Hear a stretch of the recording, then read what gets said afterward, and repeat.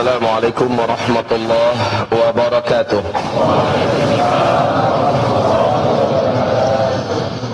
Alhamdulillah wassalatu wassalamu ala Rasulillah sallallahu alaihi wasallam.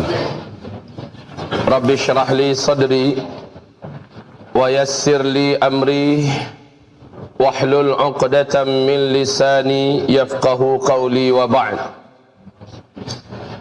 Ibadallah, ma'asyiral mu'minin wal mu'minat, muslimin wal muslimat, arsyadani wa iyyakumullah.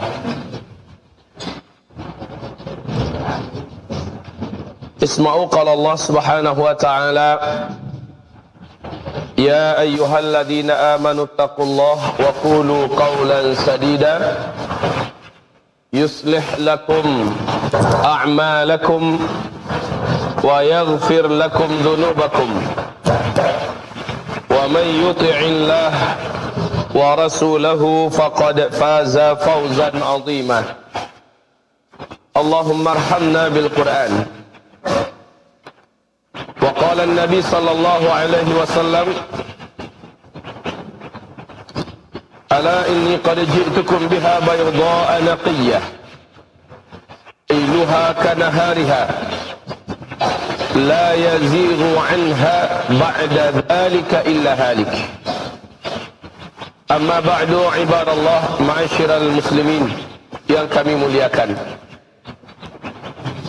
Ketika kita membicarakan tentang konsep kepemimpinan, maka untuk periode sekarang ini tidak ada masa depan buat pemimpin. Sebab apa? Yang kita temukan adalah hadis pada periode yang keempat, di mana kita sedang hidup pada periode keempat ini. Periode kenabian telah berlalu, periode khilafah rasyidah telah berlalu, periode kerajaan Islam telah berakhir dengan runtuhnya khilafah Islamiyah Al-Utsmani di Turki. Sekarang kita sedang berada pada fase kegelapan. Umat Islam tidak sedang dipimpin oleh seorang khalifah pun. Pada fase ini, pada periode di mana kita hidup, Nabi menyebutkan sebuah hadis dalam Sahih Bukhari, la ya'ti 'alan nasi zaman illa alladhi ba'dahu syarrun minhu hatta talqaw rabbakum. Akan datang satu zaman nanti pada kalian, orang yang hidup pada zaman itu makin bertambah ke depan, semakin buruk kenyataan yang dia temui. Dalam segi apa saja?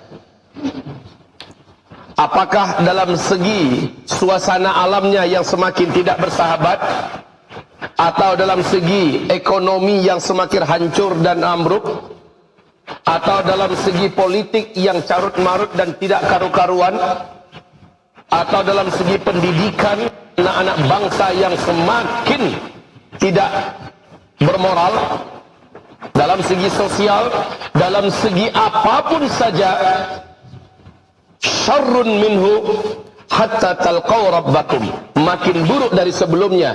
Hari ini lebih buruk daripada hari sebelumnya, esok lebih buruk daripada hari ini. Pastikan ini kita temukan dan silakan bandingkan dengan tahun-tahun sebelumnya. Bagaimana kondisi kita hari ini? Lebih baik atau lebih jelek daripada sebelumnya? Dalam segi apa saja, kata saya, bandingkan dengan yang sebelumnya. Maka kaum muslimin ke depan akan jauh lebih runtuh, akan jauh lebih teruk, akan jauh lebih parah. Maka saat kita berbicara tentang masalah pemimpin akhir zaman, ternyata yang diharapkan sesungguhnya adalah fase kelima. Fase kelima ini urutan daripada hadis Imam Ahmad dan Ibnu Majah yang disahihkan oleh Syekh Ahmad Syakir tentang khilafah akan kembali mencengkeram dunia.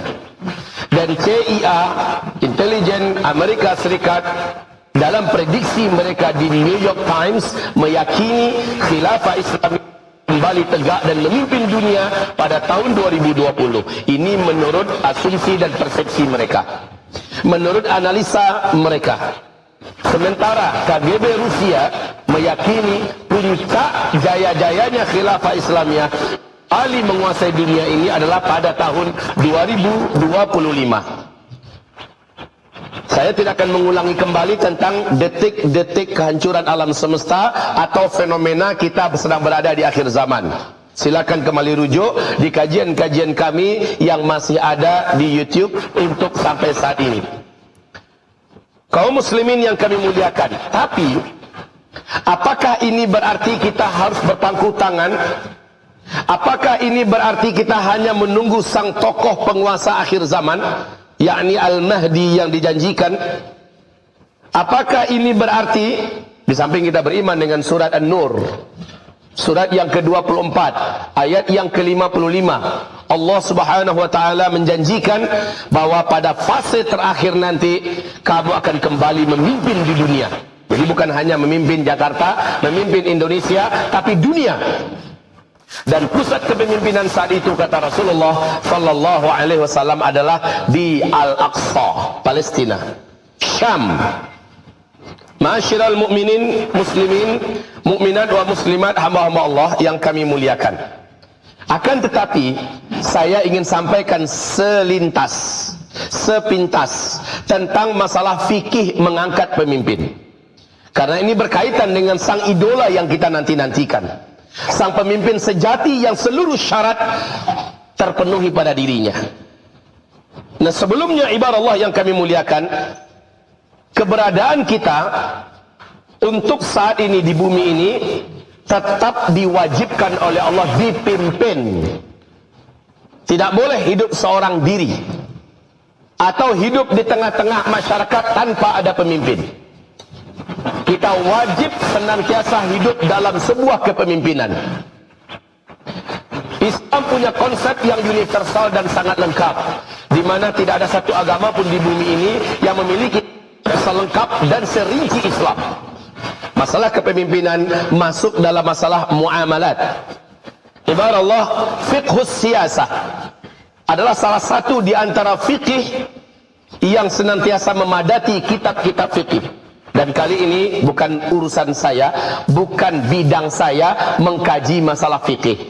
Saya kembali kepada konsep kajian kita tauhid akhir zaman.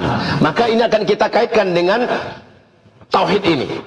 Bagaimana kepemimpinan berkaitan erat dengan masalah tauhid. Yuk kita lihat. Ibarat Allah yang kami muliakan, wajib kita mengangkat pemimpin. Perhatikan dalil yang pertama, surat An-Nisa yang ada dalam slide kita.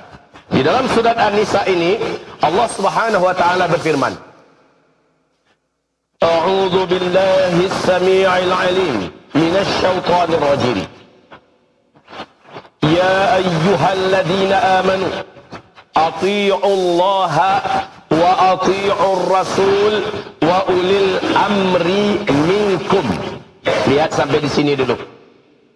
Ya ayyuhalladzina amanu ati'u Allah wa ati'ur rasul wa ulil amri minkum. Ati'u Allah wa ati'ur rasul.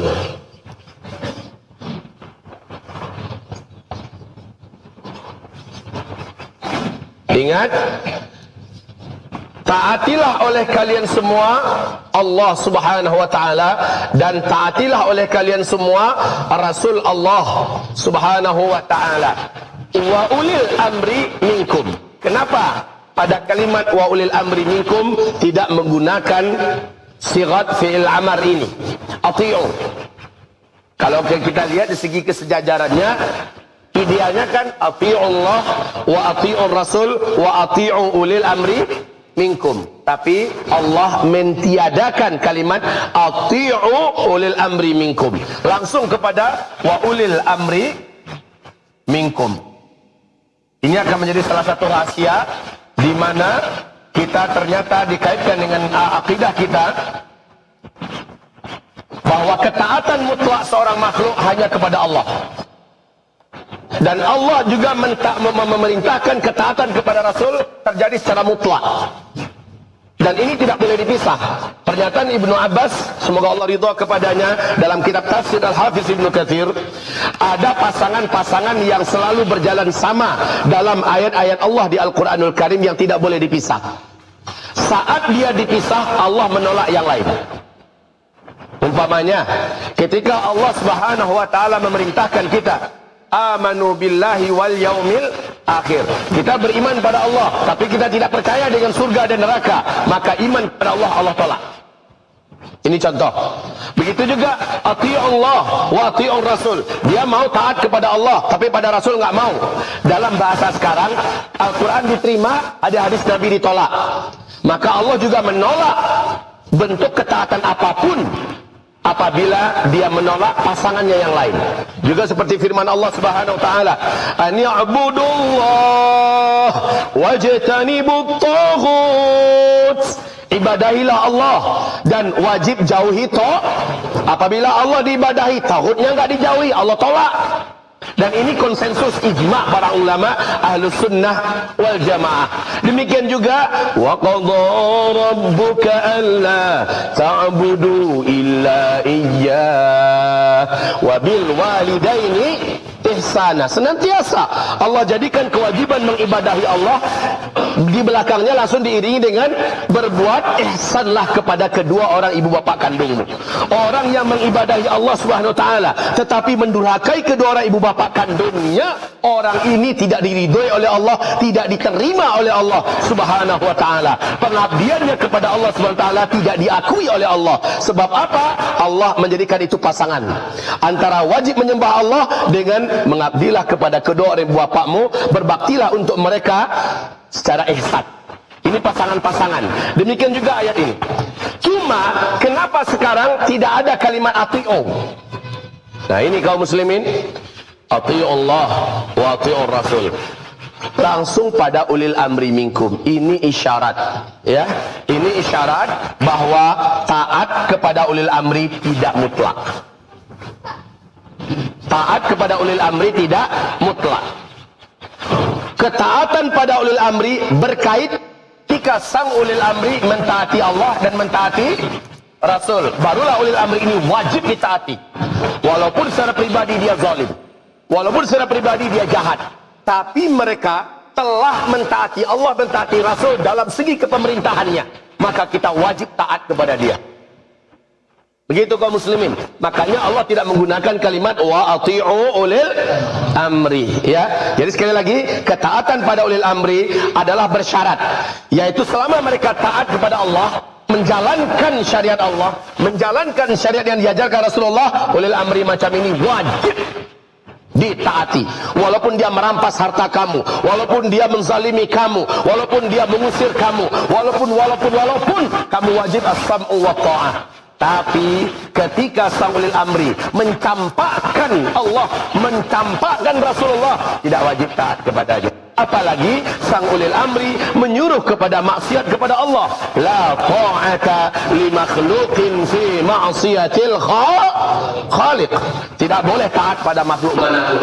Mau kepada bapak, mau kepada bos, majikan, komandan, siapa saja, enggak boleh taat kepada makhluk manapun kalau makhluk itu sudah menyuruh kita maksiat. Suami berkata, "Dek, betul kamu cinta pada saya?" "Betul, Mas." "Serius?" "Sampai mati, Mas." "Dek, Mas sudah nggak suka melihat kamu gunakan jilbab. Kalau kau cinta dengan Mas, tolong taati perintah ini. Lepaskan jilbabmu. Silahkan kau pergi ke pengajian, nggak ada masalah. Silahkan kau rajin bersedekah, bacalah Al-Quran, gak ada masalah.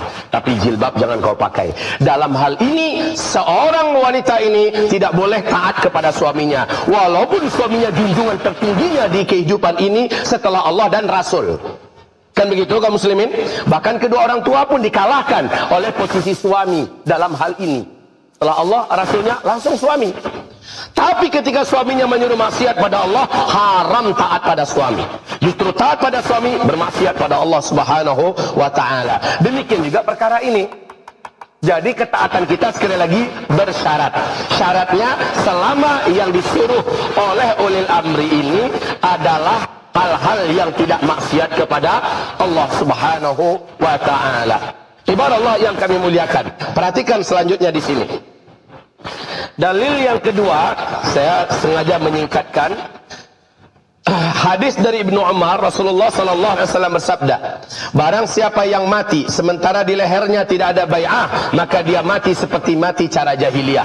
Maksudnya di sini kaum muslimin, apabila kita meninggal dunia dan kita belum punya pemimpin muslim di mana kita sambil ta'ah terhadapnya dalam masalah ini, kematian kita dianggap seperti kematian jahiliyah. Bukan berarti kafir ya, bukan berarti kita kafir, hanya saja matinya dalam keadaan jahiliyah. Itu saja kaum muslimin, dan nggak tahu risiko apa yang akan terjadi kepada kita di seberang kematian itu karena dianggap matinya jahiliyah. Wallahu a'lam. Ibarat Allah yang kami muliakan. Pemimpin, coba lihat sebuah hadis dari Nabi sallallahu alaihi wasallam, hadis dari Abu Daud dengan sanad yang sahih. Abu Sa'id Al-Khudri berkata, Rasulullah sallallahu alaihi wasallam bersabda, apabila tiga orang safar, maka wajib salah seorang dari mereka bertiga diangkat menjadi amir mereka, pemimpin mereka. Ini satu. Di hadis yang lain, Rasulullah sallallahu alaihi wasallam bersabda, la yahillu li thalathatin bifalatin minal ardi, tidak halal bagi tiga orang muslim yang tinggal di suatu negeri yang terpencil, hanya mereka bertiga saja tapi muslim, atau mereka tinggal di kampung yang kampung itu nggak ada yang muslim kecuali mereka bertiga saja. Mereka tidak halal tinggal di kampung itu hatta sehingga yu'ammiru ahadahum, salah seorang mereka angkat menjadi amirnya, menjadi pemimpinnya. Begitu wajibnya Pak, tiga orang aja wajib ada orang muslim yang memimpin mereka, salah satu dari yang bertiga ini. Lihat, sekarang kita di Jakarta bukan tiga orang, jutaan kaum muslimin, jutaan yang memimpinnya. Mesti kalau kita lihat di sini adalah ahadukum, salah seorang di antara kamu, maknanya muslim. Baik ibarat Allah yang kami muliakan, demikian juga dalam ijma' para sahabat. Dalam ijma' para sahabat, seluruhnya menyepakati bahwa tidak ada satupun perselisihan pendapat di antara para ulama, seluruh sahabat, seluruh tabi'in, tabi'in, imam mazhab yang empat, sepakat dan ijma' terjadi bahwa wajib mengangkat seorang muslim. Ibarat Allah yang kami muliakan, oleh semua mazhab, untuk apa kita harus punya pemimpin? Setelah pemimpin itu naik jadi pemimpin, apa yang harus dilakukannya? Ini berkaitan langsung dengan nasib kita masa depan. Bagaimana kita nanti di akhirat? Dalam surat Al-Ahzab, Allah Subhanahu wa taala berfirman tentang penyesalan rakyat yang dipimpin. Kenapa mereka digongseng oleh Allah dalam neraka? Dibolak-balikkan wajah mereka di dalam neraka. Kenapa? Karena dulu mereka mengangkat pemimpin dan punya pemimpin yang ternyata pemimpin tersebut membuat mereka menyimpang dari jalan Allah Subhanahu wa taala. Bahkan dalam surah Al-Baqarah ayat yang ke-164, ayat yang ke-165, 166, Allah berfirman, berlepas diri para pemimpin yang diikuti daripada rakyat yang mengikutinya, padahal dulu rakyat telah memilihnya. Ini tipe-tipe pemimpin yang tidak bertanggung jawab. Ibarat Allah yang kami muliakan, harusnya kan kayak Nabi Muhammad sallallahu alaihi wasallam. Kalau Nabi Muhammad itu Masya Allah sampai meninggal masih kita yang diingatnya. Sampai mau meninggal, ummati kita yang diingatnya. Nanti ketika dibangkitkan di padang mahsyar, Bapak tahu kalimat pertama saat bangkit, dan dia didampingi oleh malaikat Jibril yang sudah menunggu di tepi kuburannya. Yang pertama yang dia tanyakan bukan di mana Aisyah istriku, enggak. Di mana Khadijah buah hatiku, enggak. Di mana Fatimah anakku, putriku, bukan. Bukan itu yang ditanyanya. Yang ditanyakan oleh Rasulullah, di mana umatku, bagaimana umatku, kita yang ditanyanya. Ini baru pemimpin, Pak. Dari dunia sampai akhirat diurusnya kita. Ibarat Allah, masyiral mukminin. Baik, sekarang lihat kepemimpinan yang seharusnya wujud, dan itu tergantung kepada siapakah yang memimpin kita. Ibarat Allah, menegakkan dan menguatkan agama Allah ini. Ini tujuan mengangkat seorang pemimpin. Dan ada dua caranya. Ya, cara untuk tegaknya agama dan kuatnya agama ini oleh sang pemimpin ada dua caranya, yaitu hifzuddin, yang kedua adalah tanfizuddin, memurnikan agama. Ini tugas pemimpin ya, dia harus menjaga agama ini tetap bening, jangan sampai kotor agama Allah ini dengan pemahaman-pemahaman sesat. Assalamualaikum warahmatullahi wabarakatuh. Alhamdulillah wassalatu wassalamu ala Rasulillah sallallahu alaihi wasallam. Rabbi shrah li sadri wa yassir li amri wahlul 'uqdatam min lisani yafqahu qawli wa ba'd. Ibadallah, ma'asyiral mu'minin wal mu'minat, muslimin wal muslimat, arsyadani wa iyyakumullah. Isma'u qala Allah subhanahu wa ta'ala, ya ayyuhalladzina amanu taqullaha wa qulu qawlan sadida yuslih lakum a'malakum wa yaghfir lakum dzunubakum. Adanya kasus masalah LGBT, ya, masalah LGBT. Kalau LGBT-nya, LGBT-nya ala Ustaz Zulkifli Muhammad Ali, nggak apa-apa. Ya. Bingung kan? Bingung kan? Lelaki ganteng itu dirinya 3. Masih oke. Tapi kalau LGBT ala PBB ini haram mutlak. Nggak ada masalah toh, muji diri sendiri. Kaum muslimin, hamba-hamba Allah yang kami muliakan, kalau gaya PBB, nah ini ngundang azab dari langit turun. Kayaknya meteor memang dekat lagi mau jatuhin. Kenapa? LGBT sengaja dielu-elukan, bahkan ditopang dengan dana yang besar. Australia Pak, Masya Allah, saya menyaksikan bagaimana lelaki telanjang bulat ratusan jumlahnya turun ke jalanan. Dan mereka bangga seperti binatang. Binatang aja nggak pernah kompoi kayak gitu. Mereka bangga jalan telanjang bulat, Masya Allah. Seperti apa? Dan itu sudah sah di sana, di Amerika, di Belanda, di Inggris, di Eropa sudah sah. Dan ini akan mereka sahkan di sini. Tugas pemimpin sesungguhnya adalah menyetop itu. Pak, mungkin Bapak masih ingat dengan seorang mantan Menteri Dalam Negeri di Indonesia ini. Siapa namanya? Dari Sumatera Barat, Pak. Bapak Gaman Fauzi. Di mana beliau sekarang? Saya bukan promosikan beliau ya. Kalau diingat ini kaum muslimin, dulu waktu beliau menjadi gubernur di Sumatera Barat, saya dengan tim para ulama datang ke rumah dinasnya. Di situ kami bertemu ramah di waktu pagi hari pukul 8:30 pagi. Beliau menyambut dan beliau mengajak kami duduk berbincang-bincang di rumah dinasnya. Saat itu saya memberanikan diri untuk bicara di depan beliau. Mungkin saya pikir saya tak punya kesempatan kecuali saat ini, maka saya harus bicara. Saya akan sampaikan kepadanya, Pak Gubernur,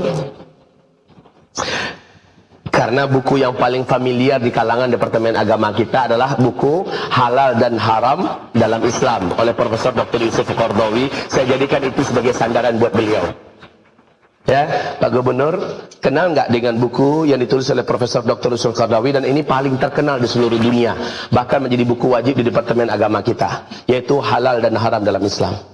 Oh iya Pak Ustadz, saya tahu. Bagus. Alhamdulillah Pak Gubernur, di situ ada hadis masalah kepemimpinan. 10 orang saja yang dipimpin oleh seorang muslim, 10 orang saja yang dipimpinnya, apakah laki-laki atau wanita, maka bila ada yang tidak sholat di antara mereka, pemimpinlah yang diminta pertanggungjawaban terlebih dahulu di hadapan Allah. Bila ada yang buka jilbab, maka pemimpinlah yang diminta pertanggungjawaban terlebih dahulu. Bila ada yang lapar, pemimpinlah yang diminta pertanggungjawaban terlebih dahulu. Bila ada yang murtad, maka pemimpinlah yang paling pertama diminta tanggungjawab terlebih dahulu. Pantas kalau dalam sejarah keemasan Islam, para ulama-ulama, tokoh-tokoh, kalangan-kalangan ahli agama sangat takut diangkat menjadi pemimpin, Pak. Sangat takut. Bapak ingat dengan Umar bin Abdul Beliau saat tahu diangkat oleh Ahlul Halli wal Aqdi sebagai khalifah, langsung jatuh di tempat, nangis, nggak bisa berdiri. Seolah di tubuhnya itu udah nggak ada tulang. Nangis, yang kalimat diulang-ulangnya terus adalah ya laitani lam talidni ummi, onde mande kironyo nggak pernah dan mencogok ke dunia kok. Perlu ditranslate. Aduhai kiranya saya tidak pernah lahir ke muka bumi ini. Kenapa saya dilahirkan oleh ibu saya? Dia meratap, menangis karena diangkat menjadi khalifah. Sementara kaum muslimin bandingkan dengan zaman sekarang, beda habis. Subhanallah. Setelah saya sampaikan ini, saya lihat dan semua dai-dai dan ustaz-ustaz bersama kami melihat Pak Gamawan Fauzi menangis. Dia tidak sanggup menahan dan menyembunyikan air mata yang basah. Ketakutan nampak dan dia berkata, Ustaz, jangan tinggalkan saya, dampingi saya. Kaum muslimin yang kami muliakan, memang demikian masalahnya kaum muslimin yang diangkat menjadi pemimpin seperti pernyataan Sufyan Ats-Tsauri rahimahullah. Siapa yang diangkat menjadi pemimpin pada hakikatnya sedang mendorong dan mencampakkannya ke dalam neraka. Menjadi pemimpin bukan senang kaum muslimin. Menjadi pemimpin bukan perkara yang ringan. Menjadi pemimpin seperti pernyataan Rasulullah SAW kepada Abu Dzar Al-Ghifari. Saat Abu Dzar menawarkan diri kepada Rasulullah, ya Rasulullah, angkatlah saya untuk menjadi pemimpin di daerah Anda. Apa pernyataan Rasul? Ya Abu Dzar, innaka dha'ifun wa innaha la amanah. Hai Abu Dzar, engkau itu makhluk lemah, yang kau minta ini adalah amanah. Innaha yaumal qiyamati khizyun wa nadamah. Pada hari kiamat, orang-orang yang meminta menjadi pemimpin di dunia, di hari kiamat, khizyun wa nadamah, dia akan hina dan menyesal pada hari kiamat. Yang minta kaum muslimin. Lah sekarang ini ternyata minta enggak? Angkatlah aku, pilihlah aku. Sehingga waktu saya nyetak kartu nama saya, ada yang banyak nyarankan, Ustaz, kasih foto Ustaz di sini. Memang nyalon apa? Bagikan sebanyak-banyaknya. Untuk apa saya bilang? Kaum muslimin yang kami muliakan, jadi Rasulullah SAW mengatakan, kalau sempat engkau minta, Allah melepaskan pertolongannya untukmu. Allah melepaskan pertolongannya untukmu. Kaum muslimin yang kami muliakan, Umar bin Khattab rapat penting dengan para ahlul halli wal aqdi, memutuskan siapakah yang akan menjadi gubernur di negeri Syam, di salah satu negeri di negeri Syam. Kaum muslimin, diputuskanlah nama Fulan bin Fulan. Ini pagi hari keputusannya. Lepas sholat asar, orang yang sudah diputuskan secara musyawarah antara Amirul Mukminin dengan ahlul halli wal aqdi, tapi belum di-share ya, belum disebarkan, belum menyebar lagi pakai Twitter, pakai WhatsApp, belum menyebar lagi. Orang yang ditunjuk untuk menjadi ulil amri di daerah yang bersangkutan datang sorenya, ya Amirul Mukminin, saya orang yang paling mengerti seluk-beluk daerah sana, dan engkau tahu apa saya, angkatlah saya menjadi pemimpin daerah itu. Padahal memang dia yang terpilih. Kata Umar bin Khattab, kau minta? Ya seperti yang kau dengar wahai Amirul Mukminin, kami pagi tadi sudah rapat besar. Keputusan kami sudah mengangkat siapa yang akan menjadi pemimpin di sana. Nama yang keluar adalah namamu. Tapi setelah kau minta, namamu langsung saya copot, tidak jadi. Gitu Pak. Orang kalau udah minta, Allah melepaskan tali pertolongannya untuk orang ini. Makanya dia akan menjadi lemah dalam kepemimpinan yang sangat berat. Tapi yang nggak minta, tapi diminta oleh umat yang mengangkatnya, maka Allah yang akan tolong dia. Ini ingat, camkan ini baik-baik. Camkan ini baik-baik. Jakarta di masa yang akan datang, siapa yang akan memimpin? Kalau yang memimpinnya adalah umat yang minta, insya Allah Ta'ala Allah tolong dia. Tapi kalau dia yang minta, pilihlah aku, angkatlah aku, Allah lepaskan pertolongan untuknya. Berarti bapak-bapak punya tanggung jawab yang sangat serius dalam masalah siapa yang memimpin ke depan. Baik kaum muslimin, hamba-hamba Allah kami muliakan. Kita lanjut. Tugas sang pemimpin berikutnya adalah tanfizuddin, melaksanakan ajaran agama Allah Subhanahu wa taala. Seperti apa melaksanakan ajaran agama Allah? Ya, seperti yang sudah lakukan pemerintah saat ini, alhamdulillah. Sebahagiannya haji dikelola, masjid-masjid dilindungi, dakwah juga ditegakkan, ya. Kemudian masalah zakat dikelola dengan benar.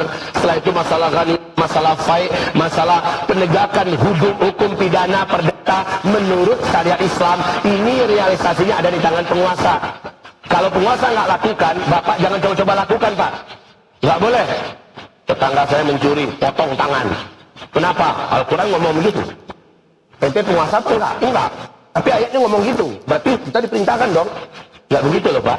Di zaman Umar bin Khattab radhiyallahu anhu, siapapun dukun di muka bumi yang ada dalam wilayah kekuasaan Umar dikejar oleh Umar dengan bala tentaranya. Tangkap dan bunuh di tempat. Ya? Tangkap dan bunuh di tempat. Dimanapun dukun berada. Ini yang memerintahkan adalah ulil amri. Nah, ketika sang ulil amri tidak melaksanakan syariat Allah dan ada rakyat yang berdosa yang harusnya dihukum dengan syariat Allah tidak dilaksanakan, maka yang bertanggung jawab di hadapan Allah adalah sang pemimpin. Makanya Pak, banyak di antara para pemimpin habis mendengarkan kajian saya, rata-rata pemimpin tersebut nangis. Setelah nangis nggak berani lagi kampanye. Ya. Kenapa demikian? Mereka membayangkan nasib dirinya di masa yang akan datang. Ini menandakan apa? Calon-calon pemimpin itu sebenarnya ada bibit-bibit iman, Pak. Ada bibit-bibit. Saat disampaikan ini banyak yang akhirnya nyadar, banyak yang akhirnya paham. Kenikmatan sesaat membuat dia akan terjerumus ke dalam azab yang tidak terperikan. Ibadah ma'asyiral mu'minin yang kami muliakan. Nah, ini contohnya. Ini contoh beberapa tugas daripada pemimpin dalam rangka tanfizuddin, mengelola zakat, fa'i, ghanimah, jizyah, kharaj, wakaf, sedekah, mengatur dan mengirim pasukan, jihad fi sabilillah, menegakkan hukum-hukum hudud dan jinayat pidana dan perdata, mendirikan pengadilan-pengadilan syariat dan mengangkat para qadhi dan seterusnya. Baik. Kemudian membimbing dan menggiring masyarakat untuk mentaati perintah-perintah syariat dan menjauhi larang-larang syariat. Pak, ini sebenarnya tugas pemimpin. Sebenarnya Pak, yang paling patut mendengarkan ceramah ini bukan Bapak, para pemimpin. Ini paling cocok duduk di depan saya. Saya sampaikan kepada mereka, ini loh Mas, tuan-tuan yang mulia, wahai para ulil amri yang terhormat, ini loh tugas sampean. Sampean sudah naik di tempat di mana banyak para ulama meratapi tempat kalian ini. Kaum muslimin, kalau ada yang tidak berjilbab, maka polisi isbah tangkepin. Langsung tanya, ente muslimah enggak? Enggak. Kalau enggak, beres. Yang mah dibawa dulu, ditanyain, ada kantor khusus nanyain kenapa ente enggak pakai jilbab. Ente muslimah kan? Iya Pak. Ente enggak tahu undang-undangnya. Ya, tafadhal, azan dulu. Wal muslimin mukminat wal muslimat yang kami muliakan. Jadi tugas seorang pemimpin dalam konsep Islam wajib menghilangkan sarana-sarana kemaksiatan dan kemungkaran yang ada, apapun itu juga, apapun bentuknya. Wajib menghilangkan. Selama dia ada dan selama kemaksiatan itu ada, sekali lagi pemimpin ini hendaknya berkata kepada Umar bin Khattab. Terjadi gempa. Terjadi gempa pada masa pemerintahan Umar bin Khattab. Langsung Umar berkata, ketika dia mendengarkan hadis yang diceritakan oleh Bunda Aisyah, bahwa tidaklah terjadi gempa pada suatu negeri, melainkan di negeri itu sudah ada dosa yang dilakukan secara terbuka dan terang-terangan. Apa kata Umar bin Khattab? Demi Allah, Kalau tahun-tahun berikutnya masih ada gempa, menandakan Umar gagal menghentikan kemaksiatan. Menghentikan kemaksiatan dalam bentuk terbuka dan terang-terangan. Bukan malah difasilitasi maksiat. Bukan malah dilokalisir maksiat. Melokalisasi tempat pelacuran khusus. Ada beberapa tempat khusus untuk perjudian. Ada tempat, bukan ini. Ibarat Allah yang kami muliakan. Tapi coba lihat Umar berkata, demi Allah, kalau masih terjadi gempa ke depan, Umar mundur dari pemerintahannya. Menandakan Umar telah gagal menghentikan berbagai macam jenis bentuk maksiat. Kaum muslimin yang kami muliakan, isyarat Pak, para sahabat itu yakin musibah yang terjadi menandakan ada dosa dan maksiat yang dibuat secara terbuka dan terang-terangan. Selama dosa dibuat secara tertutup, tidak terbuka, tidak vulgar, maka selama itu Allah masih menahan azab menimpa dan mendera penduduk negeri itu. Tapi kalau azabnya sudah terjadi, kalau musibahnya sudah terjadi, itu pertanda dosa dan maksiat sudah dibuat secara terbuka dan telanjang. Siapa yang bertanggung jawab menghentikan ini?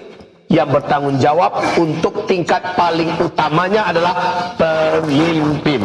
Lah pemimpin yang seperti ini, pemimpin yang begini ini yang harus diangkat, yang mesti dipilih. Begitu kaum muslimin. Ustaz, saya nggak mau ikut pemilihan. Loh kenapa? Itu kan demokrasi. Lalu kalau demokrasi maknanya kenapa? Kafir itu Pak Ustaz. Demokrasi itulah kufur, kufur akbar. Itu tauhid itu Pak Ustaz. Lalu untungnya kita dengan memiliki dan menyimpan keyakinan seperti ini apa? Kita biarkan orang kafir berpesta di atas demokrasi yang mereka buat. Yang penderita itu adalah korban. Penderita itu adalah kita. Pecundang itu adalah kita. Dan kita hidup di bawah kepemimpinannya. Kaum muslimin yang kami muliakan. Tayyip Erdogan. Kenal dengan Tayyip Erdogan? Siapa itu orang? Ngapain dia? Hah? Lihat Tayyip Erdogan. Dia gunakan kendaraan demokrasi, main cantik, dia naik. Sejak dia naik, Turki yang dulu terperosok dalam kehinaan dan kerendahan, naik melejit seperti roket. Kaum muslimin yang kami muliakan, Din Samsudin, waktu beliau masih menjadi ketua umum Majelis Ulama Indonesia, beberapa bulan yang lalu berkunjung ke Turki. Laporannya pulang ke Indonesia, Turki sekarang dengan Turki 10 tahun yang lalu beda luar biasa. Salah satu pemandangan yang menakjubkan nampak sama beliau adalah sholat dulu di Turki itu sepi masjidnya. Tapi sekarang jangan lagi cerita sholat zuhurnya, asar, maghrib, isya'nya, subuh saja. Standar dan barometer iman itu subuh apa enggak? Iya, subuh saja kata beliau, saya lihat masjidnya yang besar, penuh sesak bagaikan sholat Jumat. Anak-anak muda para berdatangan membawa mobil-mobil mewah mereka ke masjid. Itu baru subuh. Apalagi nanti asarnya, zuhurnya, asarnya, maghrib, isyaknya. Puluhan ribu anak-anak kecil di bawah umur 10 tahun diarak ke jalan, didamping oleh para guru-gurunya, di program. Beberapa tahun yang akan datang mereka menjadi hafiz seluruhnya. Ekonomi Turki menjadi terkuat di Eropa. Bahkan dia termasuk yang paling menentukan saat ini ibarat Allah yang kami muliakan di segi kekuatan militer. Untuk kelas dunia, mereka sudah ada pada jajaran keempat atau kelima. Luar biasa kaum muslimin yang kami muliakan. Apa ini ibarat Allah yang kami muliakan? Ketika dipimpin oleh seorang pemimpin yang benar, insyaallah ta'ala, Turki nggak banyak ngomong, lebih daripada 2 juta rakyat Syria ditampungnya, dikasih makannya dan segalanya. Ibarat Allah yang kami muliakan. Tapi kalau seandainya kita apatis dengan prinsip demokrasi, jujur saja, dulu saya termasuk yang mengajak kepada orang-orang banyak, walaupun nggak dalam ceramah ya, saya katakan golput. Netral, gak usah milih, nanti dia buat dosa, kamu yang tanggung. Tapi kaum muslimin sekarang ini, saya sampaikan kepada semuanya, ada peluang untuk mengangkat seorang muslim yang soleh dan taat, jangan sia-siakan peluang itu. Kalau sempat disia-siakan peluang itu, sempat yang naik kafirin, maka mereka buat makar, buat dosa, buat segala macam kejahatan, yang ikut bertanggung jawab dan ditanya oleh Allah adalah kita. Kenapa kamu biarkan kamu tidak memilih yang muslim?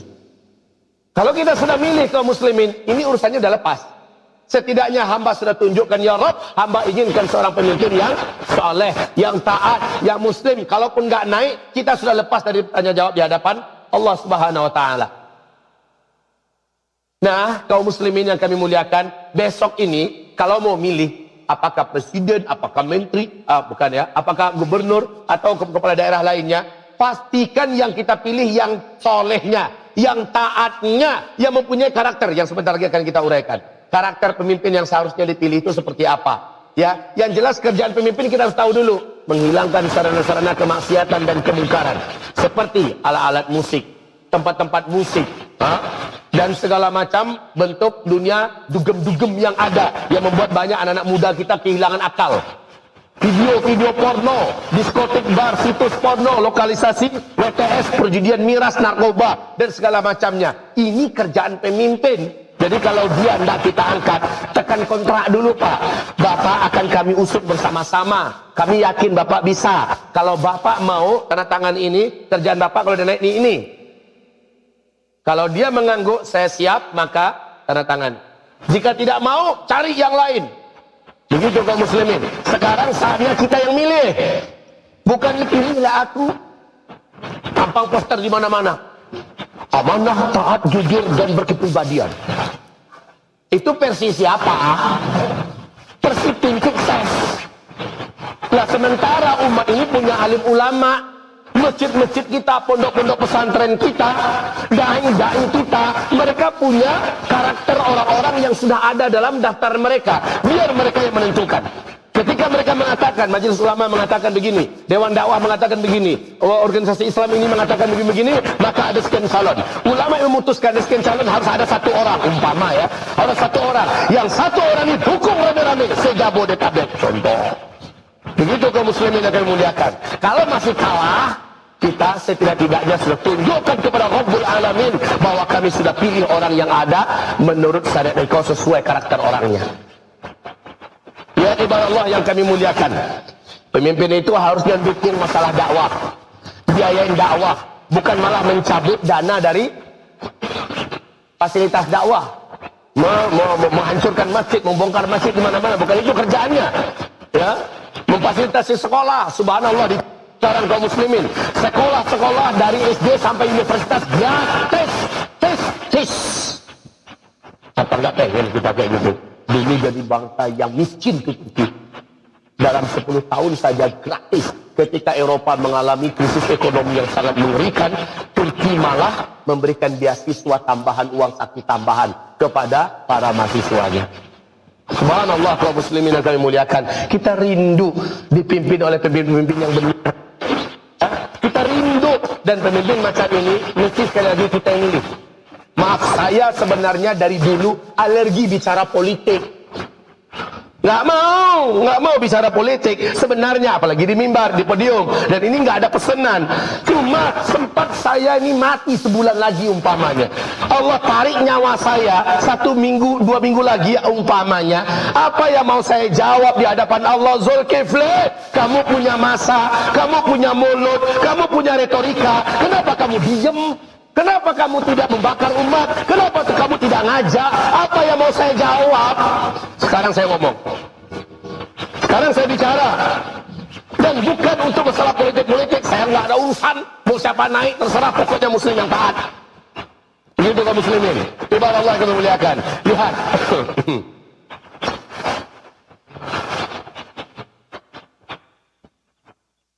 Kriteria dan syarat untuk menjadi pemimpin. Nah, kalau mau milih, yang kayak gini-gini ini yang dipilih. Dan biarkanlah para alim ulama, dai-dai kita, para tokoh-tokoh masyarakat kita berembuk di tingkat pucuk pimpinan. Mereka pilih sekian orang yang terbaik, lalu yang terbaik itu pilih lagi mana yang lebih baik di antara mereka semua. Itu yang akan diusung pada masyarakat muslim. Oh, masyarakat muslim, menurut kami, para alim ulama, tokoh-tokoh masyarakat, para dai-dai, se-Jabodetabek menentukan fulan adalah calon gubernur kita masa yang akan datang. kaum muslimin. Seandainya itu terjadi, tidak ada satupun alasan kita untuk tidak mengangkatnya. Baik, lihat berikut ini.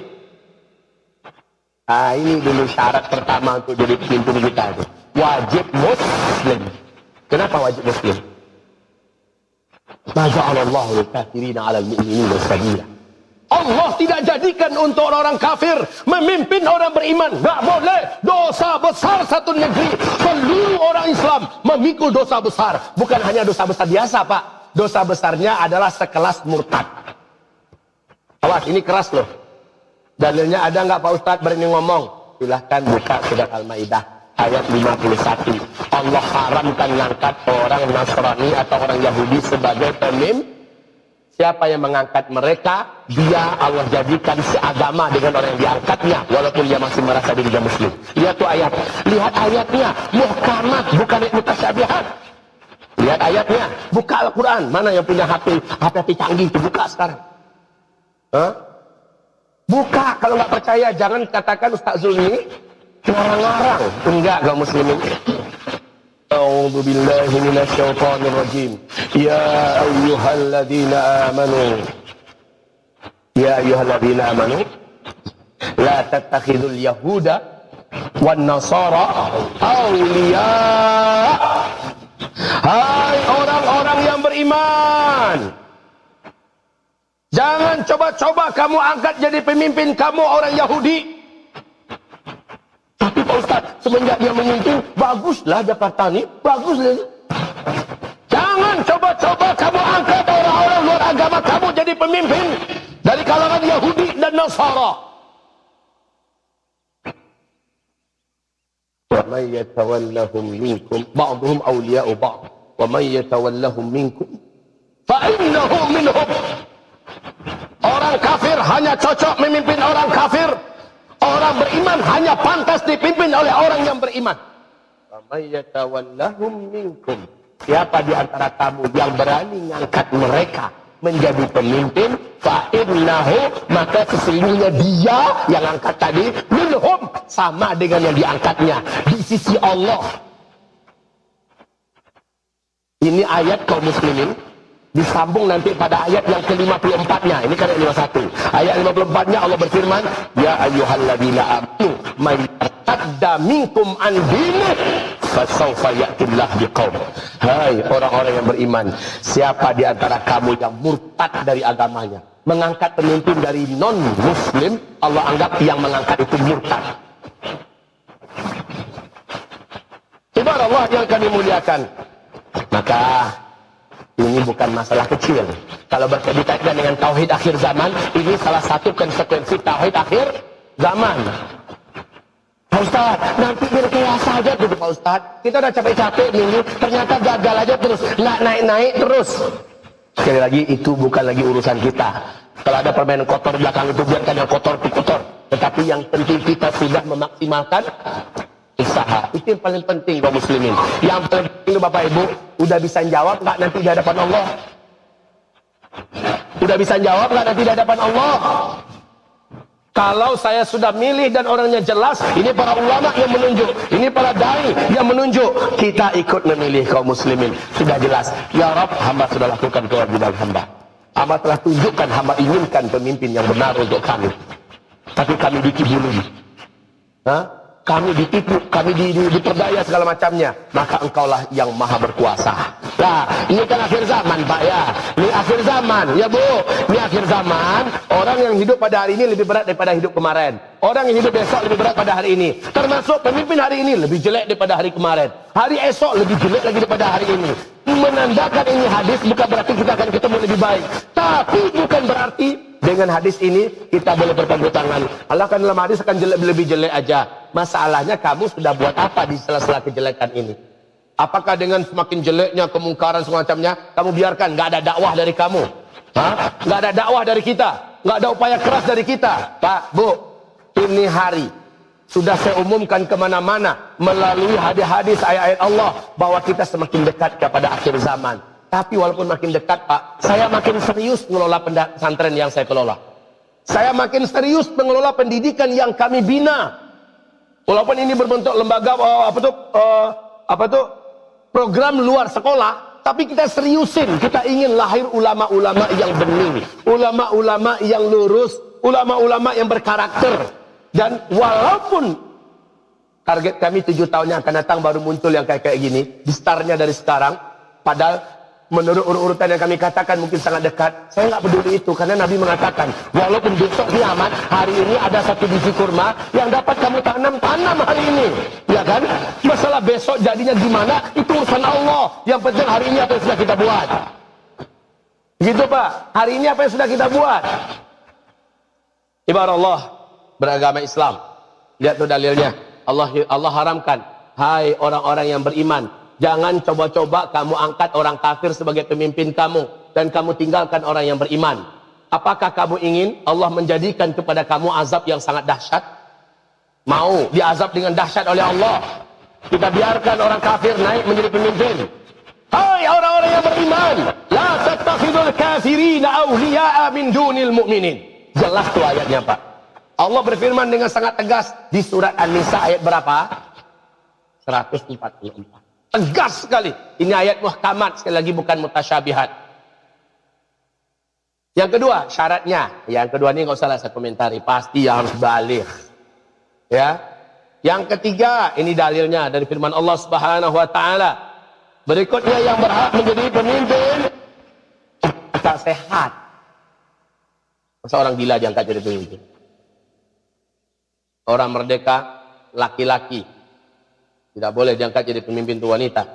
Rasulullah bersabda, celakalah suatu kaum apabila mereka mengangkat wanita menjadi pemimpin mereka. Baik.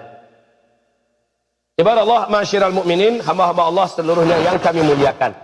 Sekarang yuk kita bicarakan tentang masalah salah satu di antara rahasia kenapa hari ini umat Islam seperti dijelaskan oleh Syekh al-Islam, Syekh al-Muhaddits, Syekh Al-Albani, beliau menjelaskan berkaitan tentang dekatnya Al-Mahdi keluar. Beliau mengatakan keluarnya Al-Mahdi dalam waktu yang sangat dekat, tapi waktunya kapan Allah wa'alam, bukan berarti kamu berbuat. Sekali lagi, bukan berarti kamu tidak berbuat. Kamu harus bekerja keras, kamu harus berjuang serius, kamu harus fokus. Masalah berhasil sekali lagi bukan atau tidak, Allah nggak tanya kita di hari kiamat. Hei Bu Yuang, kenapa kamu tidak berhasil? Itu nggak pernah ditanya oleh Allah. Yang Allah tanya itu apa yang sudah kamu buat? Kamu sudah lakukan belum? Ini yang akan ditanya oleh Allah Subhanahu wa ta'ala. Masalah berhasil atau tidak, serahkan pada Allah Subhanahu wa ta'ala. Ibarat ma'asyiral muslimin wal mu'minin yang kami muliakan. Sudah saatnya Bapak dan Ibu melirik benar-benar ayat Allah Subhanahu wa taala di dalam Al-Qur'an surat 55 itu. Mari saya tuliskan di sini. Akibat dari kepada pemerintahan Islam yang kita nanti-nantikan di akhir zaman adalah, ya, surat An-Nur ayat 55. Akibat dari pemerintahan akhir zaman, dan ini pemerintahan yang saya maksud sekarang adalah Khilafatur Rashidah yang nanti memimpin umat Islam di seluruh dunia, yang menurut CIA Amerika Serikat sudah dekat, hanya dalam rentang waktu 5 tahunan yang akan datang. Subhanallah, Masya Allah, jika ini benar, Allahu Akbar. Apa yang Allah janjikan di situ? Yang Allah janjikan di situ, mana? Nggak ada buka Quran? Hah? Zaman dulu hebat Pak. Zaman dulu orang kalau ngaji itu bawa Quran. Itu baru ngaji, buka terus sekian buka. Coba tolong dibaca, kamu bacakan terjemahnya, baca, dijelaskan. Kalau sekarang kayak hafal aja semua. Persis kayak Imam Tirmizi. Imam Tirmizi itu nggak nyatat, dengerin aja. Si guru bertanya, yang lain pada nyatat, kamu kenapa tidak? Guru, yang saya catat adalah yang saya belum hafal. Alhamdulillah rata-rata yang guru sampaikan saya sudah pada hafal. Jadi dia nggak nyatat. Nah ini gayanya niru-niru Imam Tirmizi. Kayak udah hafal semua. Kalau ngaji itu sekali lagi bawa Al-Quran. Kita tuh buka Al-Quran, itu baru ngaji. Berkah loh Pak, tangan ini selalu megang HP aja kemana-mana. Sesekali pegang Quran ke, ya, atau download aplikasi Al-Qurannya. Ya, nanti ketika ada acara macam ini, saatnya berfungsi Al-Quran itu. Apa yang Allah janjikan? Yang terjadi ketika hidup Islam tidak ada, yang terjadi adalah agama pasti akan digoncang, diserang, agama diserang, digoyang. Kebalikannya, ketika kepemimpinan Islam, maka tugas kepemimpinan Islam itu mewujudkan kuat kembali agama ini, terbela dan terlindungi, ya. Kuat agama, terbela dan terlindungi. Ini fungsi pertama dengan tegaknya pemerintahan Islam. Pemerintahan Islam yang saya maksud di sini adalah pemimpinnya Muslim yang berpikir untuk umat Islam dan menguatkan agama Islam. Dan dijamin Pak, non-Muslim ketika Islam yang kuat mereka pasti aman. Tapi ketika non-Muslim yang naik, umat Islam pasti digonyok-gonyokin. Dan ini fakta sejarahnya beribu-ribu tahun. Sampai yang terbaru juga seperti itu Pak. Nah ibarat Allah yang kami muliakan. Yang kedua, ini yang pertama baru. Yang kedua, Allah jamin ketika kaum muslimin sudah dipimpin kembali oleh the power of Islam, ya, oleh khilafah Islam, insyaallah taala wala yubaddilannahum min ba'di khaufihim amna. Sekarang Jakarta termasuk yang paling rawan dan paling mencekam, paling menakutkan se-Asia. Betul tidak? Hah? Betul tidak? Jakarta loh, se-Asia ini adalah negeri yang paling menakutkan, paling rawan keamanannya. Apalagi umat yang beragama. Maka jenggotan sedikit teroris, celana cingkrang sedikit teroris. Alhamdulillah Kapolri sempat merilis pernyataan resmi beliau ketika pertemuan besar-besaran untuk umat Islam dan seluruh kaum muslimin yang ada. Beliau mengatakan bukan teroris itu adalah orang yang jenggotnya panjang, celananya jingkrang. Bukan teroris itu orang yang hafiz Al-Quran 30 juz, rajin membawa Al-Quran dan memakai jilbab dalam. Itu masih ada tuh Pak, videonya masih ada, rekamannya masih lengkap. Beliau mengatakan yang teroris itu adalah yang punya misi membunuhin orang, membuat kekacauan di mana-mana, anti terhadap negara dan ingin menggulingkan kekuasaan. Nah, kaum muslimin yang kami muliakan, kita kembali pada konsep, yaitu saat pemerintahan dipimpin oleh seorang lelaki muslim yang saleh, yang adil, yang taat, maka yang terjadi berikutnya adalah rasa aman pasti meliputi seluruh rakyat, khususnya orang-orang Islam. Rasa aman meliputi seluruh rakyat. Aman.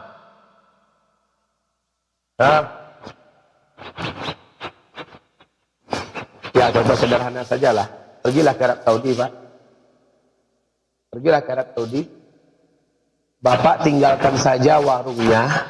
Cukup dikasih tali aja warung tuh, pergilah salat. Insyaallah aman. Motor kita ada dikunci, berpakai apa? Kunci double segala macamnya, hilang Pak.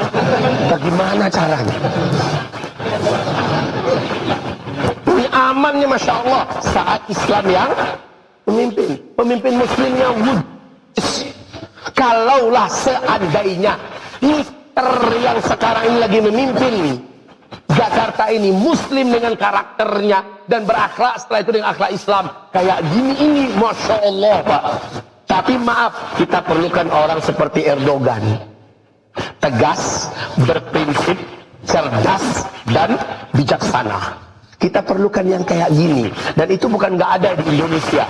Saya kemana-mana agak sedikit aneh loh Pak ya, sepertinya Ustaznya agak nasionalis dia nih. Kenapa? Saya banggakan orang Indonesia kemana-mana. Jujur Pak, kemana-mana negeri, negara yang saya masuki Pak, maaf saya ini, orang Indonesia tetap di papan atas di segi ke masalah kepintaran, juga kelicik. Pintar mah ya, di kampus-kampus, di berita di luar negeri Pak, Indonesia itu selalu unggul. 86 negara Pak, saya waktu kuliah di Libya dulu, yang diterima itu maaf ya, orang-orang pintar-pintar.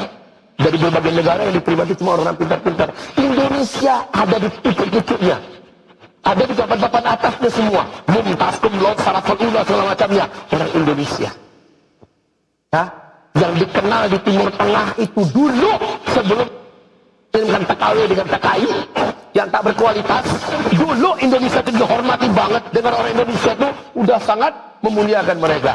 Sampai kita mengirimkan para pecundang-pecundang situ. Kaum muslimin yang kami muliakan, sekali lagi, saya lihat di mana-mana negara saya masuki, sampai hari ini, Malaysia sendiri, alhamdulillah, untuk hari ini saya masih dikasih Allah kesempatan ke sana.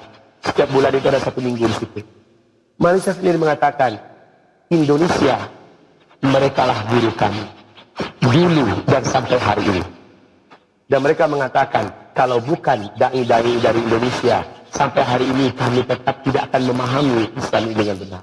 Kalau bukan guru-guru, dosen-dosen dari Indonesia yang ngajar di negeri kami ini tetap, maaf ini pengakuan mereka Pak. Sebagaimana mereka di kampus-kampus di luar negeri, mereka mengaku Indonesia tetap di atas. Sekali lagi saya katakan, Indonesia ini Pak, walaupun hidungnya pesek-pesek, walaupun kita ini sebenarnya pintar-pintar, apalagi yang muslim-muslim taatnya, orang sekelas Habibie loh Pak. Bapak bisa menilai sendirilah, oh, perlu saya banyak bicara masalah Habibie. Orang macam beliau ini orang Indonesia. Kemudian orang beliau ada nggak? Selalu ada. Bahkan kemarin baru saja dimunculkan Habibie muda yang pinternya Masya Allah. Tapi sekali lagi saya katakan, kenapa orang-orang pinter-pinter kayak gini nggak kita pilih? Kenapa orang pintar-pintar, yang cerdas-cerdas, yang soleh-soleh, yang taat-taat kita biarkan mereka diambil oleh luar negeri? Sekali ini kaum muslimin yang kami muliakan, kita mempunyai kewajiban sebagaimana seruan ayat, apabila datang masanya dan saatnya, maka kita wajib bertindak, wajib berbuat, sekalipun bukan kita yang ditakdirkan oleh Allah Subhanahu wa taala menjadi orang nomor sekian, nomor satunya di Indonesia. Bukan urusan kita lagi itu, yang penting kita sudah berbuat, tunjukkan akidah kita, buktikan tauhid kita. Kita umat Islam tidak mau dipimpin oleh orang non-Islam. Jelas? Jelas? Saya sudah sampaikan. Allahumma fashhad. Ya Rabb, saksikanlah, saya sudah sampaikan. Ya Rabb, saksikanlah, saya sudah sampaikan. Kaum muslimin, hamba-hamba Allah yang muliakan, tentang Al-Mahdi yang kita nanti-nantikan, semua syarat-syarat kepemimpinan yang ideal dalam Islam ada pada sosok beliau, ada pada sosok Al-Mahdi. Sebagai penutup acara kita malam ini, saya sampaikan kepada tuan-tuan yang mulia, kepada ibu-ibu yang kami muliakan, ketahuilah saat ini di tubuh kerajaan Arab Saudi, nubuat Rasulullah sudah mulai terjadi keributan antar keluarga kerajaan. Itu sudah mulai saat ini kaum muslimin. Para ahli-ahli waris dari putra-putra mahkota sekarang ini sudah mulai saling berebut pengaruh kekuasaan. Mereka sudah mulai ini melobi para suku-suku yang ini mau menguatkan bala tentaranya, siapa yang paling dulu mempunyai power, dan ini memanfaatkan hartanya, mencari sebanyak-banyaknya pasukan bayaran. Sudah mulai ada upaya yaqtatil inda kanzikum thalathatul abna'il khalifah. Bila ini benar-benar terjadi, sekali lagi, apa yang sudah Bapak buat untuk agama Allah ini, khusus untuk kita di Indonesia, khusus untuk kita di Jakarta, mesti tunjukkan sesuatu, lakukan sesuatu. Urusan dakwah bukan urusan ustadz belaka. Kalau memang suatu ketika kita diperlukan untuk turun ke lapangan rame-rame, lepas sholat Jumat turun, ini ya Rabb yang bisa hamba lakukan. Coba Pak, kalau habis sholat Jumat turun seluruh kaum muslimin, pergi umpamanya ke Monas, pergi umpamanya ke Bundaran HI dan sebagainya. Satu Jakarta lepas sholat Jumat turun semuanya. Kita menuntut sesuatu, maka umat. Salah satu antara sunnah Nabi yang dibuang hari ini adalah di mana kita jarang melakukan show of force. Ya, nampakkan bahwa kita mempunyai power, kita mempunyai kekuatan, kita punya wibawa, dan kita berhak diperhitungkan, dan kita berhak menentukan siapa yang harusnya menjadi pemimpin. Betul tidak? Jangan diam. Jangan diam. As-sakitu 'anil munkari syaitanun akhras. Diam saat dia mampu berbuat, dia bisa bertindak. Diam, syaitanun akhras, kata Rasulullah. Apa artinya syaitanun akhras? Setan bisu. Udahlah setan bisu lagi. Emang mau dikasih gelar setan oleh Rasulullah? Yang disebut setan itu adalah orang yang diam ketika dia seharusnya berbuat, ketika dia seharusnya bertindak, ketika dia seharusnya action, dia diam saja. Allah nggak berhasil lah tuh. Masalah berhasil bukan tidak atau tidak, sekali lagi bukan urusan kita, tapi apa yang sudah kita lakukan sebagai bentuk kewajiban kita dalam amat nahi anil munkar. Ibadallah, ma'asyiral muslimin wal muslimat, hamba-hamba Allah yang kami muliakan. Saya kasih masa untuk tanya jawab yang saya mungkin saya jawab, yang tidak mungkin saya jawab, apalagi akan menjerumuskan saya kepada satu polemik, saya akan stop dan saya tidak akan menjawabnya. Tentang masalah khilafiyah juga begitu, apalagi saya paling prioritaskan apapun masalah khilafiyah saya tidak akan jawab. Silakan. Jadi yang akan saya jawab masalah-masalah usul, masalah-masalah yang sudah menjadi ijma, yang tidak ada unsur khilafiyah di dalamnya. Tafadhol.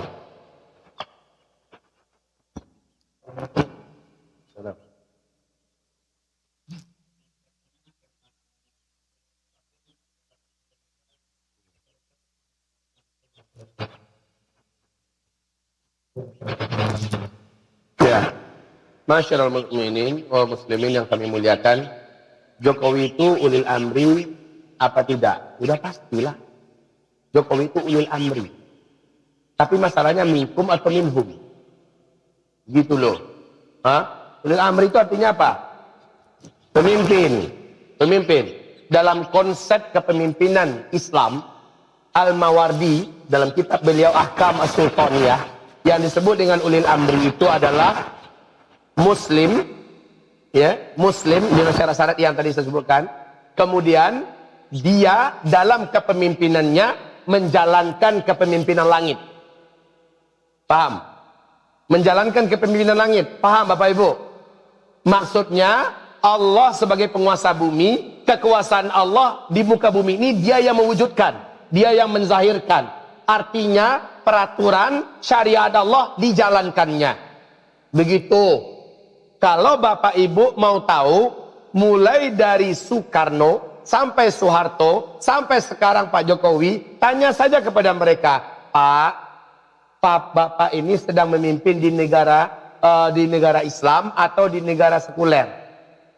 Jawaban beliau nggak perlu pakai ulama yang menjawab. Beliau pasti menjawab ini bukan negara Islam. Betul nggak? Betul nggak? Jadi nggak usah saya yang jawab. Beliau pasti menjawab ini bukan negara Islam. Lah, kalau begitu Bapak Muslim nggak? Ya, saya Muslim. Lalu kenapa Bapak tidak memimpin dengan keislaman Bapak? Wah, ini nggak bisa. Ini negara sudah berbentuk seperti warisan nenek moyang kita. Kalau begitu kaum muslimin yang kami muliakan, Jokowi sebagai Presiden Republik Indonesia adalah ulil amri untuk Indonesia. Jelas? Tapi bukan ulil amri untuk negara Islam. Paham? Sudah jelas kaum muslimin. Dia muslim nggak? Muslim. Lalu gimana? Kita gulingkan dia. Coba macam-macam. Pikiran macam ini yang akan membuat umat Islam makin susah. Bukan itu caranya kaum muslimin. Selama dakwah di sini masih jalan, selama agama Allah Subhanahu wa taala sehari-hari masih bisa kita manfaatkan, ya, belum juga kita dicekal untuk sholat berjamaah ke masjid, belum kita dicekal pergi ke masjid, zakat kita masih bisa dilaksanakan, syariat-syariat Allah yang sifatnya pribadi masih bisa kita lakukan. Jangan lakukan hal yang macam-macam. Manfaatkan dulu sesat dalam menggalang potensi dan kekuatan umat. Seperti ini salah satu contohnya, ya. Tapi kalau sudah mengumumkan perang, siapapun orang Islam yang ada, tangkap, masukkan penjara, siksa, dan jadikan negara ini seperti negara Syiah yang diinginkan oleh orang Syiah. Asal itu baru saatnya kita teriakkan Allahu Akbar, perang kepada pemerintah. Dan sekarang kan nggak kayak gitu. Kaum muslimin, sekali lagi, Indonesia ini memang bukan negeri Islam, bukan negara Islam, tetapi Indonesia salah satu di antara negara yang kaum musliminnya terbanyak, dan potensi umat Islam sebenarnya paling menentukan untuk dunia kalau seandainya kita bangkit bersama-sama. Paling menentukan, Pak. Kekayaan Indonesia ini sebenarnya mampu untuk menghidupi setengah bumi ini. Kekayaan Indonesia saja, Pak. Mampu menghidupi setengah bumi ini. Kekayaan Indonesia. Kalau seandainya kaum muslimin, umat Islam Indonesia bangkit serentak, maka RI 1 nanti ke depan adalah Muslim yang soleh dan taat. Why not? Why not? Kenapa tidak? Ini pasti bisa terjadi. Asal umatnya kompak. Jangan lagi sebut tentang kamu kelompok apa, kamu dari partai apa. Bukan itu lagi, karena Allah akan tanya kamu dulu partainya apa. Itu akan ditanya oleh Allah Subhanahu wa Ta'ala. Ya, silakan.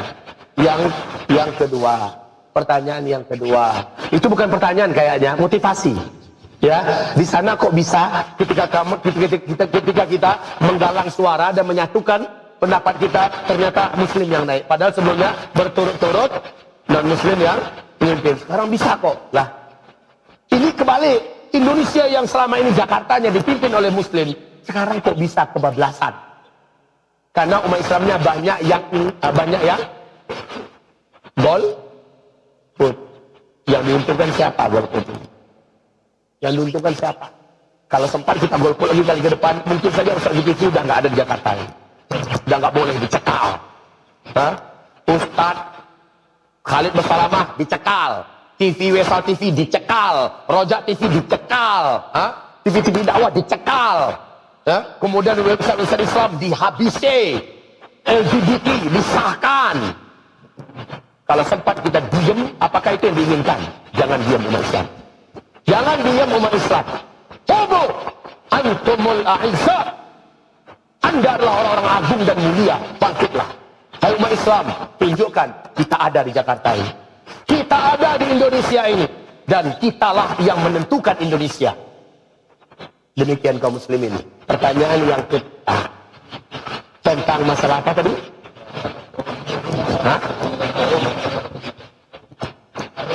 Surah Ar-Rum 1-3. Maaf ya, Nabi SAW sudah menyebutkan tentang jatuhnya Rum, dan itu ternyata terjadi 7 abad setelah apa yang disebutkan oleh Rasulullah SAW. 7 abad itu kaum muslimin yang kami muliakan jatuh di tangan Muhammad Al-Fatih. Nah, kaum muslimin yang kami muliakan, selanjutnya Allah menjanjikan, Rasulullah menjanjikan kalian akan menaklukkan Konstantinopel, itu adalah Romawi dulu, ya. Sekarang kamu akan menaklukkan Vatikan Roma. Kalau dilihat, Abul A'la Al-Maududi mengatakan dianya terjadi setelah 700 lagi tahun yang akan datang, dan ini sudah 1400-an tahun. Berarti masa itu sangat dekat. Dan kaum muslimin yang kami muliakan, hubungan antara kebangkitan kembali kekuatan Islam dan enyahnya imperium Romawi dijanjikan, dan ini menyebabkan kemunculan Dajjal. Dajjal itu muncul setelah tangan kanannya pontong, lalu menyusul tangan kirinya pontong. Pontong di bahasa apa itu? Putus. Ini nih akibatnya kalau orang Padang sudah bicara.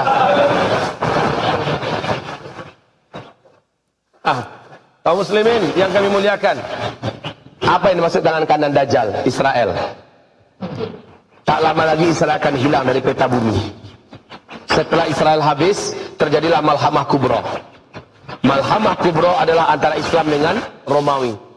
Israel adalah Yahudi, sementara tangan kanan Dajjal itu adalah bangsa Yahudi. Sementara Yahudinya, buminya, petanya sudah dilenyapkan, sehingga mereka kembali tidak punya kampung halaman.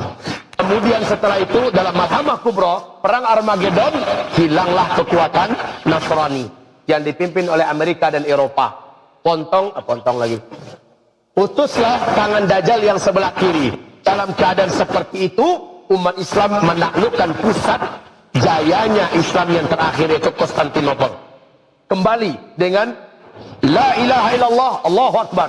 La ilaha illallah, Allahu Akbar.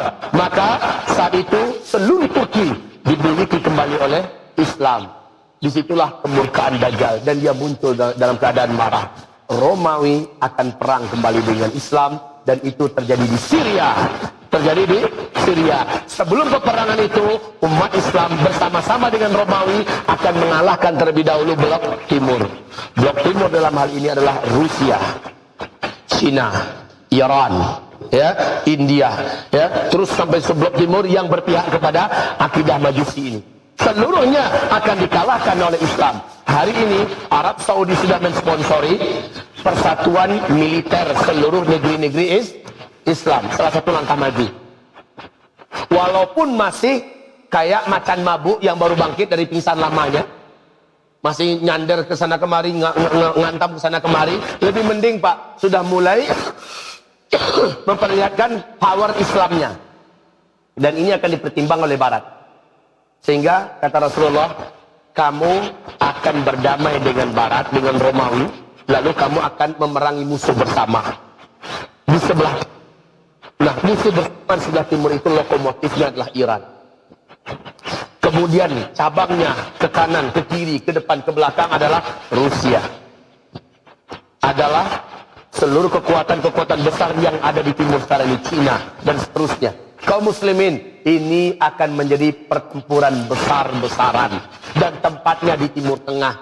Inilah salah satu rahasia kenapa Nabi mengatakan Arab ketika Dajjal keluar orangnya sudah banyak yang habis. Ketika Dajjal keluar orangnya sudah banyak yang habis, orang Arab. Karena habis dalam perang. Sekarang aja udah nampak enggak? Yang terdengar oleh kita wafat rakyat sipil, waktu sudah meninggal dari kalangan mujahidin sekian, dari kalangan pasukan pemerintah sekian, udah meninggal aja judulnya terus. Dan itu bukan 1-2 Pak, satu kali bom 24 mati, 78 mati, itu berita hari-hari kita dengarkan. Bayangkan, sementara ini sudah berjalan hampir penuh 5 tahun, mau masuk 6 tahun lagi, jumlah kematian luar biasa. Baik kaum muslimin, kita akan menyaksikan dalam waktu yang sangat dekat, insya Allah Ta'ala, janji Allah pasti terjadi. Sekali lagi, jangan kita menjadi orang yang menunggu dan menonton, karena nggak ada untungnya. Dan kita akan ditanya oleh Allah, kenapa kamu nggak ikut main? Kenapa kamu nggak ikut main? Sekarang apa yang kita bisa buat di Indonesia? Jangan mimpi ke Palestina dulu dah. Jangan mimpi ke Suriah dulu, urus Indonesia. Enggak? Setuju enggak? Urus Indonesia, Jakarta enggak beres, udah mengurus. Ya memang saudara muslim kita di sana, ya doakan mereka kepada Allah. Ada duit kirimkan untuk mereka. Tapi negeri kita, tempat kita berpijak, urus juga. Konsepnya kan begitu, yang terdekat dulu kan? Yang terdekat dulu kaum muslimin. Cinta kita yang membara dengan Suriah, cinta kita yang meledak-ledak dengan Palestina, bukan berarti kita harus tumbuhkan langkah ke sana, malah jadi beban kita Pak. Ngomong aja nggak lurus pakai bahasa Arab, naamla aja Pak ananya. Bahasa Inggris belepotan, bahasa Arab nggak pandai, kan jadi beban aja Pak. Yang diandalkan cuma jenggot doang. Kalau soal jenggot kalah kita oleh orang Arab Pak. Mereka nggak perlu ditumbuh-tumbuhin, udah tumbuh sendiri. Sudah pakai kemiri sih. Tumbuhnya 3. La haula wala quwwata illa billah. Auzubillahi minasyaitonir rajim. Silakan ada yang lain. Satu trik lagi lah.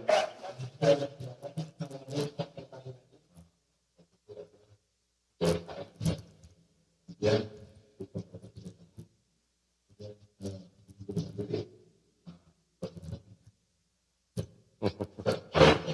Waalaikumsalam warahmatullahi wabarakatuh. Mungkin saya jawab dulu yang ini. Saya jawab dulu, tapi tetap 3 orang kita siapkan ya. Oke, saya jawab dulu, nanti lupa karena saya nggak nulis. Ya, kaum muslimin yang kami muliakan, Bapak yang kita hormati. Kalau kita terpilih, kita nggak punya pilihan yang terbaik di antara yang ada. Ini yang nggak boleh terjadi ke depan. Itu yang saya maksud tadi dari awal-awal. Kita serahkan kepada para ulama-ulama kita yang sekarang ini alhamdulillah bersatu se-Jabodetabek untuk menentukan siapa tokoh tunggal. Begitu loh Pak ya. Nah setelah ditunjuk ini loh, maka setelah itu seluruh kita ketika hari pencoblosan nyoblos Pak. Gitu saya maksud. Kita ada cerita dan pilihan. Bingung menang, akhirnya orang-orang yang sudah punya strategi matang dari jauh-jauh hari. Ya, Matanya dia yang kecil Pak, tapi tajam. Lah kita nggak boleh lagi kayak gitu. Makanya serahkan urusan ini kepada para alim ulama kita, kepada tokoh-tokoh dan dai-dai kita, ya. Setelah mereka menunjukkan si fulan, maka semuanya harus bulat suara. Dan nanti mungkin media akan mencoba menjatuhkan karakternya. Kalau ulama kita sudah pilih, abaikan semua isu-isu negatif yang dimunculkan oleh, karena media pasti akan bertindak, Pak. Ya, media-media nasional pasti akan bertindak untuk menjatuhkan nama baik calon yang diusung oleh umat Islam. Ya Pak ya. Jadi kita percayakan pada tokoh-tokoh dan alim ulama kita, biar mereka yang mengusung calon tunggal. Begitu ya. Yang kedua tadi. Enggak. Yang kedua sudah selesai.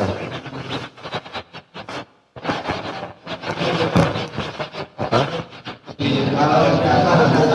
Oh, dipilih jadi DKM. Waduh, Masya Allah, merasa nggak sanggup. Kaum muslimin kalau mau ikhlas dalam urusan dunia, jangan maaf ya kalau saya bahasakan, itu namanya on. Insaf dalam urusan dunia bagus, tapi insaf dalam urusan agama on. Contoh insaf dalam urusan agama apa? So pertama ada yang kosong Pak, kita persilahkan orang. Nggak terjadi zaman sahabat tuh. Zaman sahabat berlomba mereka mengisi yang pertama itu. Kalau perlu pakai undian mereka. Begitu loh Pak. Ini enggak. Maaf ya, jangan ada yang tersinggung Pak. Saya melihat kasihan umat ini. Sudah ada peluang dia yang paling di depan untuk urusan agama, ya persilahkan orang lain. Ini enggak benar loh Pak. Enggak benar. Jadi kalau ada peluang orang nunjuk kita jadi ketua DKM, saatnya aku action.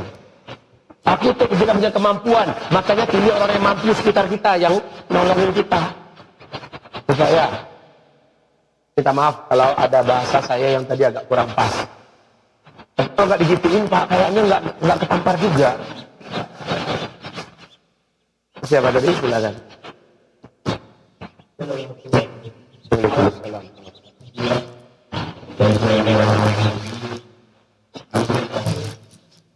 Loh, bukan itu judulnya. Tema sambungan. Ya.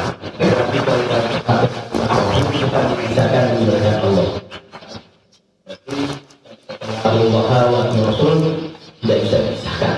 Karena ada Allah tidak bersumber hukum Islam. Jadi hukumullah wal kalim tawud benar. Kenapa juga?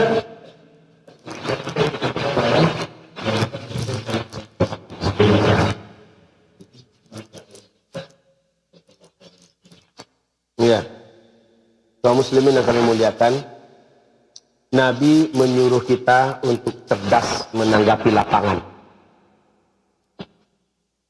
Kalau seandainya kita berprinsip dengan prinsip seperti yang selama ini saya berprinsip di atasnya, sekali lagi, makin hari makin kejepit nggak keadaan Islam dan kaum muslimin?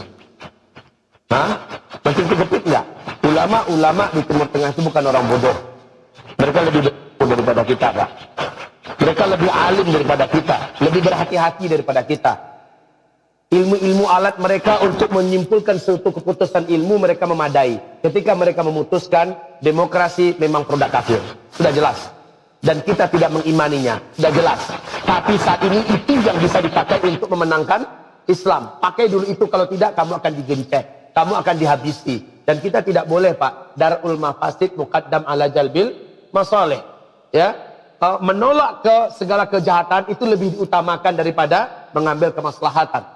Dalam hal ini umpamanya kemaslahatan yang kita inginkan adalah pokoknya saya berprinsip, saya harus selamatkan akidah saya. Terserah mau jadi apa negeri ini.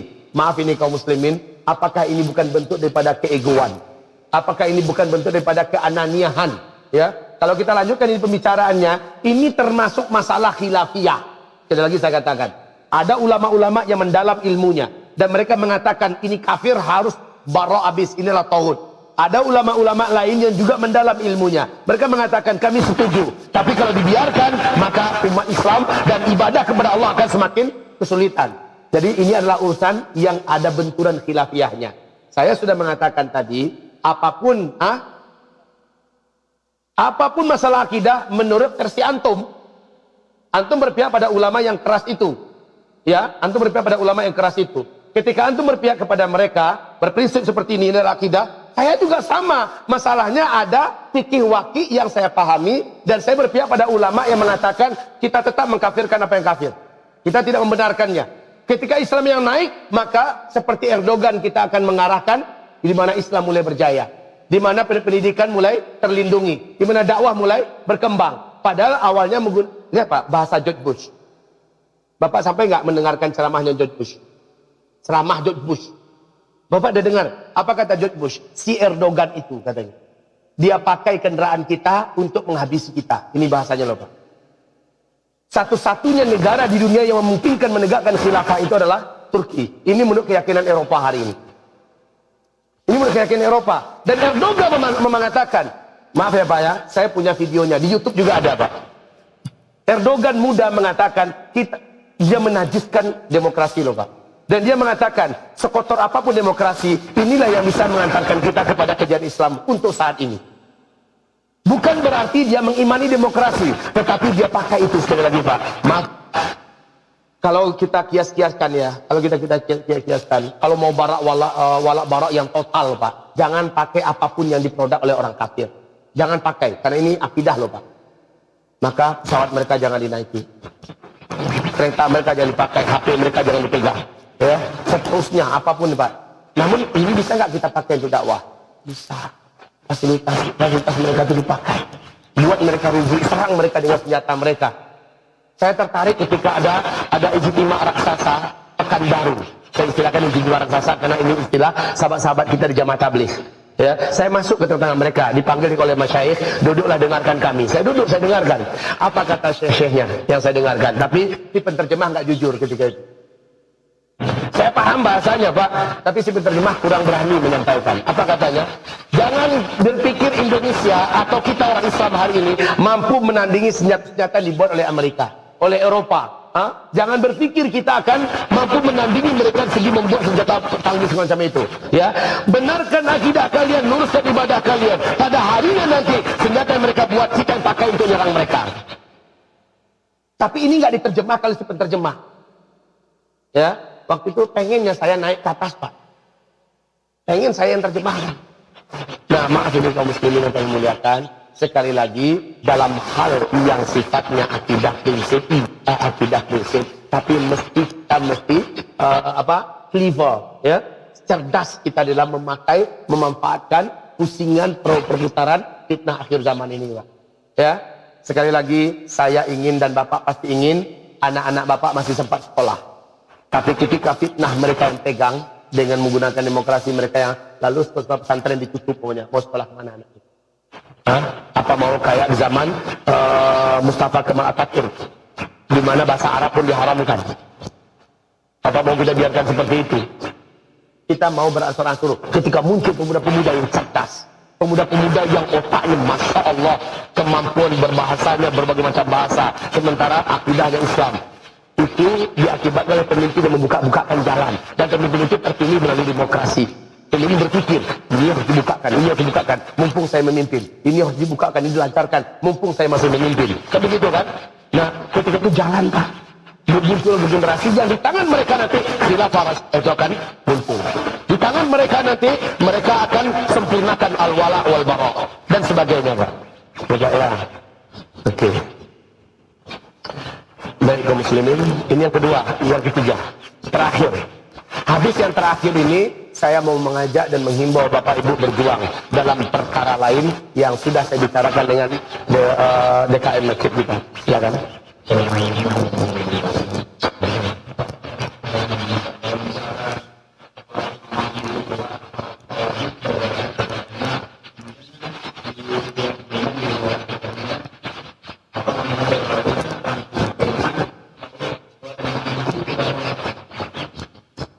Jazakallah khair, barakallah fiik. Kaum muslimin yang kami muliakan, wajib nggak kita berbaiat? Dalam banyak nas yang menyebutkan tentang Al-Mahdi, diwajibkan kita berbaiat walau habwan ala salji, sekalipun kamu harus berjalan dan merangkak di atas salju. Betapa wajibnya ke sana. Kenapa merangkak dan berjalan di atas salju menandakan sudah nggak ada helikopter, sudah tidak ada kendaraan-kendaraan canggih yang bisa mengantarkan kita ke sana. Bisanya cuma jalan kaki dan harus menempuh salju. Jadi, gimana kita tahu bahwa Al-Mahdi sudah muncul? Santai, tenang saja. Cara menandakannya adalah meteor jatuh duluan. Setelah meteor jatuh ke bumi ini, semua teknologi pun berakhir. Ketika semua teknologi berakhir, meteor ini mengantarkan kepada huru hara yang memuncak di Arab Saudi. Di bulan hajinya, setelah meteor itu jatuh, di bulan hajinya terjadi pembantaian besar-besaran terhadap jamaah haji yang sedang haji di Mina. Itu urutan hadis-hadisnya. Di bulan Muharramnya Al-Mahdi dibaiat di depan Ka'bah. Jadi cara mengetahuinya, awal-awal mengetahuinya adalah jatuhnya meteor menghantam bumi. Gitu ya. Baik, bagaimana kita untuk sampai ke sana? Makanya kata Nabi, sesungguhnya di punuk-punuk unta, di punuk-punuk kuda itu ada kebaikan sampai hari kiamat. Dan Nabi perintahkan agar umatnya mahir berkuda. Dan sekarang, saudaraku, saya minta kepada kita yang para lelaki ini, tunggangilah kuda-kuda kita kembali. Tunggangilah kuda kita, bukan kuda petang ya, tapi betul-betul kuda asli. Tunggangilah kembali.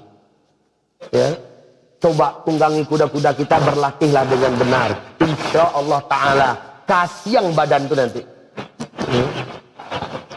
Fisik ini akan sehat, maksimal. Nafas kita juga akan oke. Saraf-saraf di belakang kita akan kembali, dan kita akan menjadi laki-laki. 2 kali lipat laki-lakinya.